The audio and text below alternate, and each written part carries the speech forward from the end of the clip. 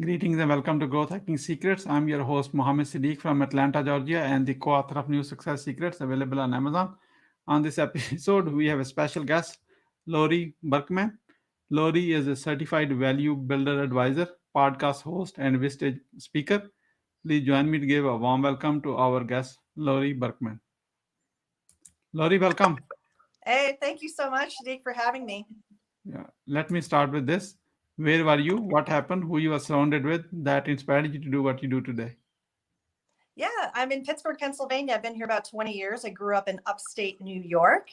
And I would say one of the things about me is I've always had a growth mindset, which is kind of funny because you and I haven't met and you don't know me, but I'm 5'2", which is not that tall. But this growth mindset has been really important to me throughout my career, 25 plus years in working with companies on growth. Most of that experience has been in marketing great brands, marketing services in all kinds of industries, retail, e-commerce, logistics. I love seeing the big picture and helping people map out the details.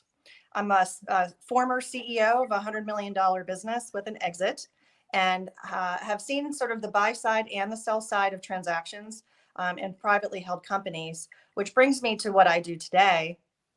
I have a firm that I founded called Small Dot Big.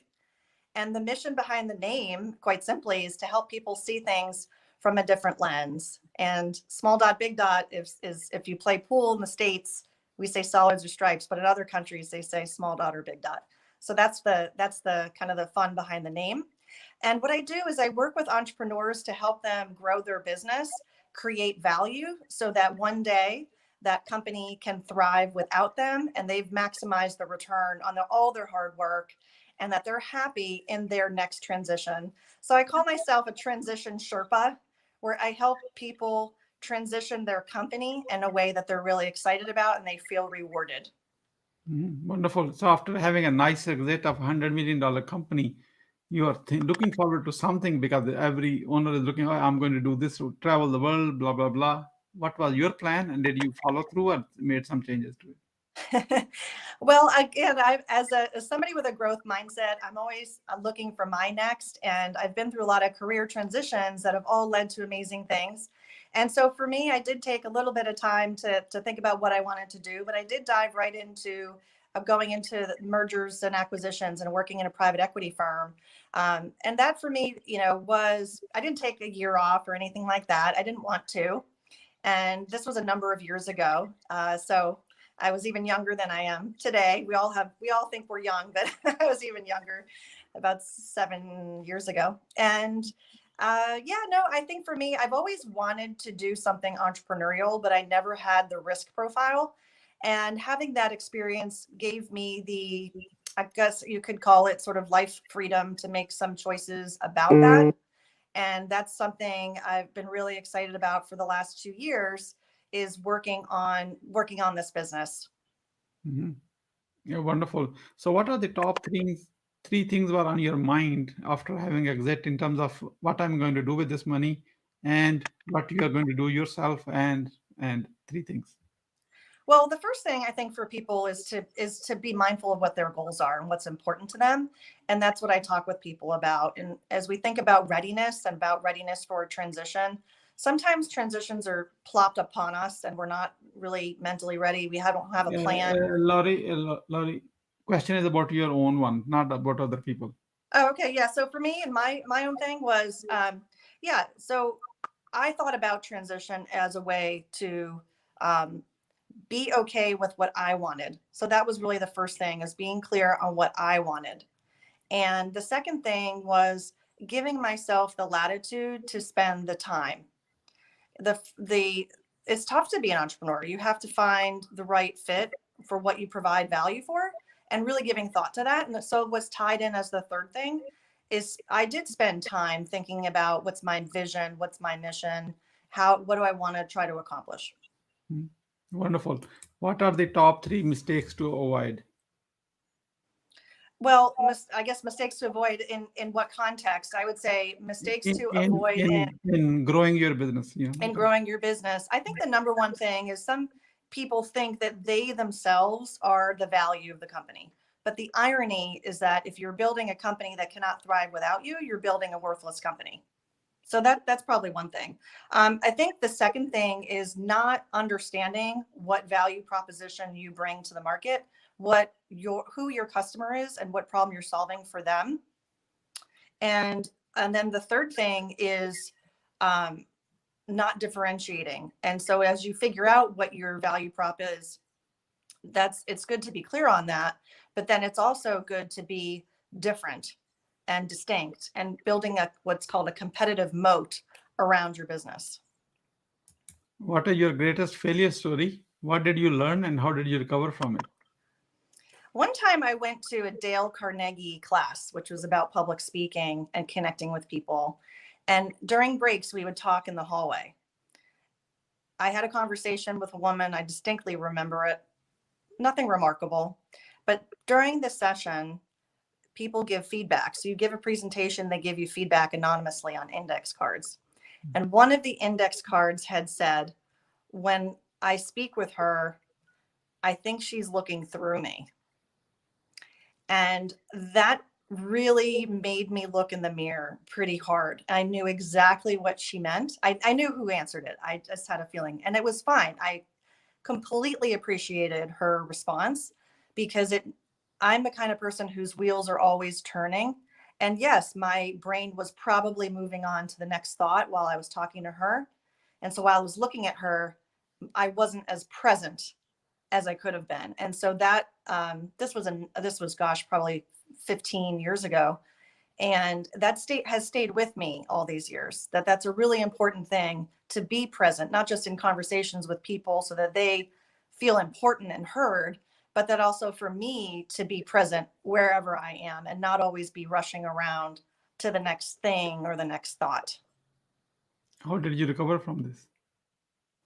Just internalizing and thinking about it. I was okay. It didn't upset me. I understood it and it helped me. And so I thought it was I really appreciated it. What are your top 3 success secrets that others can model from? Well, I think I've always been a success striver. No one has had higher expectations for me than me.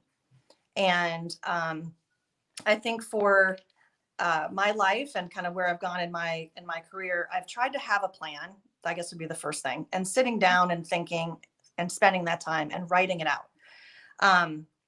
Your goals can change, but it's really important to write them down. The second thing would be, don't let perfect stand in the way of your progress. And I definitely love to make everything perfect. Everything has to be, written, and I'll go over and over and over. And I have to then tell myself, it's okay, move on. And just getting things completed sometimes of a decent quality, right, is good enough. And that's an okay thing. And then the third thing is, I always want to learn. I'm at the point where I have a master's degree, I have my MBA, but I haven't stopped learning. I got my master's about 25 years ago, but I haven't stopped learning just because I'm not in school. And especially being in the field that I'm in, it's always changing, evolving. And so I think being a continuous learner is really important. We're about to move into a lightning round. That means quick question and quick answer. Are you ready? Yes. What are you grateful for today? I'm grateful for my health. How young are you? I am 49. Laurie, you are not 49. You're 18 years old with 31 years experience. That's right. What do you want to do when you grow up? I want to serve on more boards. I currently serve on boards. I think there's a lot of things I can give back in both nonprofits, which I currently serve on, as well as private company boards. And I look forward to that. Mm-hmm. Serving on boards is a giving back or trying to get the business from the other philanthropists from the board of directors. What's the main goal in that? Mostly people do. Oh, no, I mean, especially my experience with nonprofits, people serve on those boards because they're tied to the mission. And for me, I've been serving on boards for at least a dozen years in the space of economic development, urban youth education, and things like that. Mm-hmm. How do you overcome a challenge life throws at you? Sorry, one more time. How do you overcome a challenge life throws at you? I overcome challenges by talking it out with people that I trust and respect. How do you start your day? I wake up and I pet my dogs and I take them outside for a walk. I try to have a nice breakfast. I try to move around, get some air outside. I live in a climate where it can be really cold or really nice. So most of the times of the year I can get out there and I try to have a good, healthy breakfast. What's a good healthy breakfast? Meaning to you? Something that I've made myself. So it could be a smoothie. It could be a overnight oats in the refrigerator. And I have two kids, one's in college, one's in high school. And so part of that too, and getting them out the door is making sure that they're ready for their day, that they've eaten something that's a good breakfast too. What is the advice you will give to younger yourself? To not care so much about what other people think and to have more patience. Once you have a revenue generating idea, how do you convince your significant other? He's very data driven, very analytical. So if I have facts and I have a well thought out, and I think the main thing is just have 3 points. He's big on 3 points, keep it simple. And so that's typically, we talk about things that way. What is the impactful book you have read and what did you learn from it?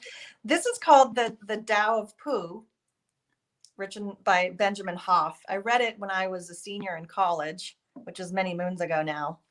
And the significance of it was 2 things. One, when I read it and that experience of being present and taking the time out of my senior year to go up to a beautiful place. But the other thing that I took away from this book is there's a character in there called the Busy Baxon. And we never see this character. The character's never around. And what Busy Baxon is in the language of this book, kind of this cartoon, is really busy back soon. And so this little animal is always running around so busy. And so I think that ties in with what I was saying earlier, where I wasn't always as present. I wasn't always there. And I was always multitasking either physically or in my head. And so here, this was a message to me, in college, way before I had gotten the message from that other woman in that Dale Carnegie session that I mentioned. So the seeds were there. I didn't recognize it. It took me a long time to be honest about that, about myself, that while I thought it was a strength to be a busy Baxon, I realized over time that it wasn't, and it was holding me back. Why being impactful is important to you? Being impactful to me matters a lot. And I think I've always tried to make a difference in where I've been in every environment. And now, especially with clients, I want to make an impact on their lives. I admire clever, kind, and creative people. And I look to kind of tie in with people who have that sense of how they can influence what's around them. Who is your mentor and what's the impact? I've had different mentors throughout my career. One, to start in my first job right out of college, taught me how to be a strategic leader and give people the opportunity to shine. Other mentors along the way have just shown a real faith in my capabilities and what's possible, and encouraged me to strive even higher. What do you want to be remembered for? I want to be remembered as a great family member with my kids and my husband and my people I love, and also a great friend. I think that's really important to have close relationships. And then also with my clients, I want ultimately to help make hundreds of people, successful in the sale or transition of their company, and to have been part of that success story in some way would give me a lot of pride. Who is your ideal client? Ideal client is a business owner that has a small to medium-sized company, maybe a million to 20 million in revenue, that is interested in thinking about how to take their company from where it is today to the next level with an eye towards ownership transition. That might be succession planning in a family business. It might be looking to sell or get acquired one day. And my mission to work with them is to help them maximize the return on all their hard work. And they can come from any industry, whether it's logistics, retail, services, and any part of the country. How can we support you? Well, I love the exposure on your show, Siddique. I really appreciate it. People can go to my website, small.big.com, and I have a podcast called Succession Stories if they want to listen to that and learn more about lots of topics related to value creation or M&A, selling your company. People have really enjoyed the show. We just celebrated our 1 year. And if you want to meet with me, there's a sign up page on my contact page, and I'd love to spend some time and get to know you. We're about to wrap up. I'd like to have a few words about your today's guest experience on the show. Here is my question. What would you say about your today's guest experience on the show? I love how Siddique has a way of getting really in-depth questions in a very short period of time and making me think and prepare in a way that I hadn't done before. And I really appreciated that. What would you say as a final word? Thanks so much, everybody, for tuning in. And Siddique, thank you for having me on the show. I would love to connect with business owners who are interested in maximizing the value of their company with an eye towards transition and being happy in what's next for them. So meet with me on small.big.com or connect with me on LinkedIn. Yeah, thank you so much, Laurie, for sharing your wisdom with us today. On the behalf of Growth Hacking Secrets community and our entire team, we really appreciate you. This is Mohammed Siddique signing off from Atlanta, Georgia. Until the next episode, all good wishes. Thank you.